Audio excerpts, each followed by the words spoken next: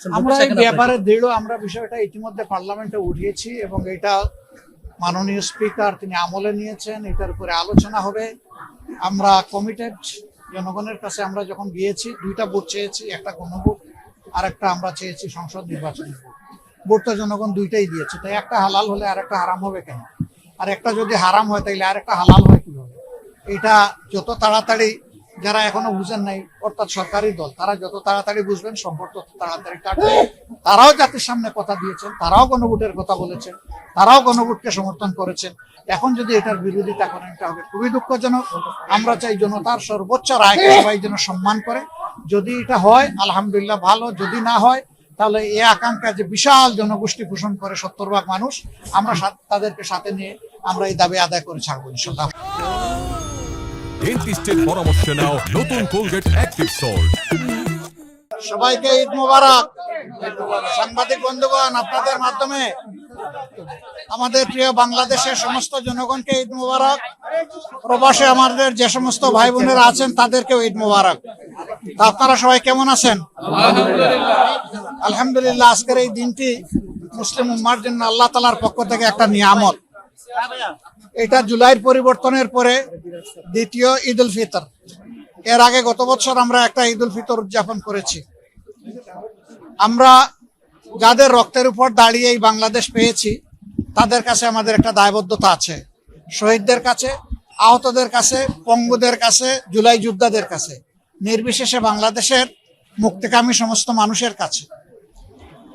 ঈদ আসে খুশির বার্তা নিয়ে এবং ঈদ আসলে বিশেষ করে শহরে নগরে অবস্থানরত জনগণ নাড়ির টানে বাড়ির দিকে তারা ছুটতে থাকে। সেই সময়টা অতীতেও বিভিন্ন সময় অনেক গেঞ্জাম ছিল, সমস্যা ছিল। এবার সমস্যাটা হয়েছে আরো বেশি মাত্রায়। আমরা খুবই ব্যথিত, আমরা লজ্জিত। পরিবর্তিত বাংলাদেশে এটা হওয়া উচিত ছিল না। ভাড়া নিয়ে যে কেলেঙ্কারি হয়েছে আর সরকারের মন্ত্রী এই বিভাগের যে সমস্ত কথা এক এক সময় এক একটা বলেছেন, আমরা জাতি হিসাবে লজ্জিত। আমরা জানি না উনারা লজ্জিত অনুতপ্ত কিনা। মানুষ, স্বল্প আয়ের মানুষরাই বেশিরভাগ যায় গ্রামের দিকে। সারা বছর একটু একটু করে সামান্য টাকা জমায়, কিন্তু সেই টাকাটাই যদি ভাড়ায় সব শেষ হয়ে যায় তাহলে ঈদের আনন্দেই তো ম্লান হয়ে যায়, তারা কষ্টের মধ্যে পড়ে যায়। এটা অমানবিক। এটা আসলে একটা মানবতা বিরোধী অপরাধ, যেটা গোটা জাতির সাথে করা হয়েছে। যারা করেছে তারা নিঃসন্দেহে ভালো কাজ করেনি, আমরা এটা নিন্দা জানাই। তাদের উচিত ছিল এই ঈদের যাত্রাটাকে কমফোর্টেবল করা, আরামদায়ক করা, স্বস্তিদায়ক করা। এটা তারা করতে পারেন নাই, ব্যর্থ হয়েছেন। তারপরে আল্লাহ তাআলার পক্ষ থেকে এই ঈদ মানব জাতির জন্য, মুসলমানদের জন্য রহমত হিসাবে আল্লাহ তাআলা দান করেছেন। আমরা আল্লাহ তাআলার দরবারে হাজারো শুকরিয়া আদায় করি। বন্ধুগণ, আমরা যে সময় শান্তিতে এখানে ঈদের নামাজটা আদায় করলাম, আজকে গাজা, ফিলিস্তিন, ইরাক, মধ্যপ্রাচ্যের বিভিন্ন দেশ, আমাদের পার্শ্ববর্তী কাশ্মীর, তারপরে মিন্দানাও, জুলু, ইরিত্রিয়া, সোমালিয়া, এগুলার দিকে যদি তাকান তাহলে দেখবেন যে আসলে তাদের সেই ঈদের আনন্দ নেই।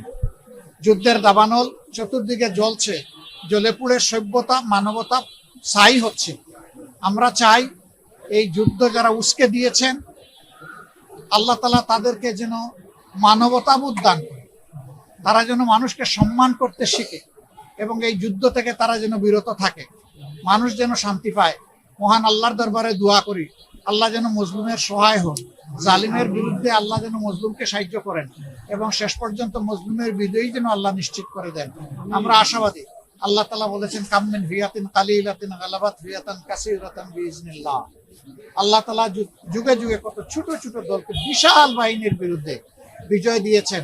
আমরা আল্লাহর দরবারে দোয়া করি যারা সত্যের পক্ষে, মানবতার পক্ষে আছে, আল্লাহ যেন তাদেরকে বিজয় দান। আপনাদের মাধ্যমে আবারও দেশবাসী এবং প্রবাসী অবস্থানরত বাংলাদেশি ভাই বোন সহ সারা মুসলিম বিশ্বের সমস্ত ভাই বোনদেরকে আমরা মোবারকবাদ জানাচ্ছি, ঈদের শুভেচ্ছা জ্ঞাপন করছি।